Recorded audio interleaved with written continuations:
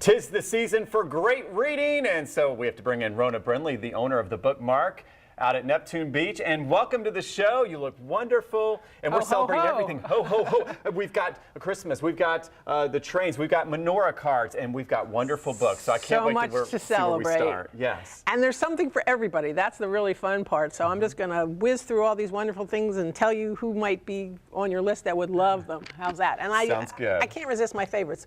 So All the Broken Places is John Boyne, and he did The Boy in the Striped Pajama, which was a well-known and well-loved book.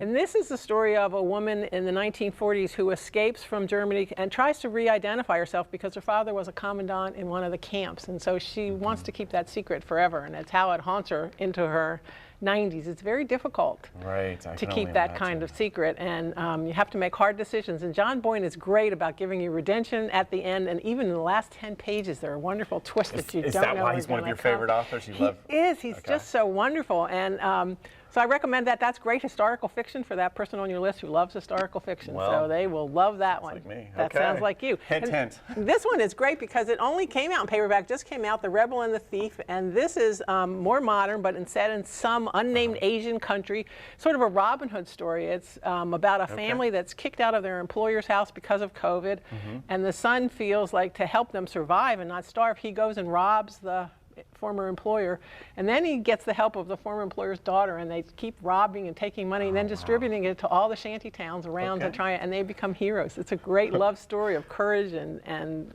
perfect for the holidays, I think. It's got it all. That'll keep you turning the page for That's sure. right. And number three. Number three, Ancestry. Oh, this is so fascinating because Simon Mauer is such a great author. And it took me a while to figure this out till I read it. And it's the history of his family. He has all the records, and so he can identify who's who and where they were at different times. And then I love tracking stuff like that. So it's for people who love Ancestry.com, probably, you know. There you go. But then he fills in the rest with the story, and that's all the fiction. That's why it's a novel. So he tells you all the love stories and how people met and what they were thinking and what they were doing, which he certainly made up, but he's true to their historical past. Ooh, nice. So it's a neat trick. I've never seen that done before. Yes, keep them coming. That's right. You're on a roll. The murder guy. You got to have a mystery. The twist of a knife. This is Anthony Horowitz. I know. Make your heart beat a little faster. This is a classic whodunit. And Anthony Horowitz is the guy who did Magpie Murders, which is now a series on television. And he's the character in the book, Anthony Horowitz. He's an author. He writes a play. He gets terribly panned. And the next day, the critic wakes up dead with a knife stab with his fingerprints and DNA on it. Okay. All right. He's in trouble. So there will be an audience for this book too. You got something for everybody. Absolutely. And then the great short books. This is for somebody who wants to re-enter reading, who just loves to read and needs some guidance. This is 58 great books under 200 pages. I kind of like that. I know. So it gives you a reading list for the whole year, and it tells you the plot and about the author. It can be Candide, it could be Toni Morrison, it could be Ishiguro, it could be anybody. So if you want to get into a list for the year and get your reading done under 200 pages, it doesn't have to be long. Don't neglect the short novel. Not at all. And then for the history buff, Russia, I mean, I can't really ignore this because there's so much going on in the world where Russia is such an important player. So this is the early history with Lenin and Stalin, and it gives you some sense of what the roots of this culture and this country are, so that maybe we'll have a better understanding about what's going on, right? Trying to give you a little bit of a background there. So that'll be interesting. And Anthony Beevor is a great author, and he's been knighted, so he's Sir Anthony. Interesting. A little respect, you know.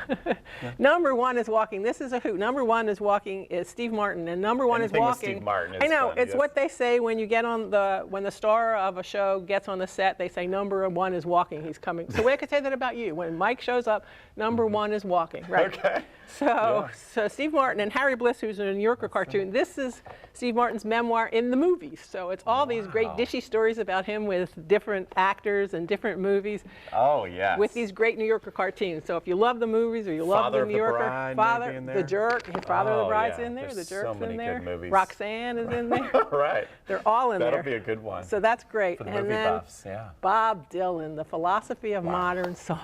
And I have bought Bob Dylan books in the past, so this looks like a doozy as well.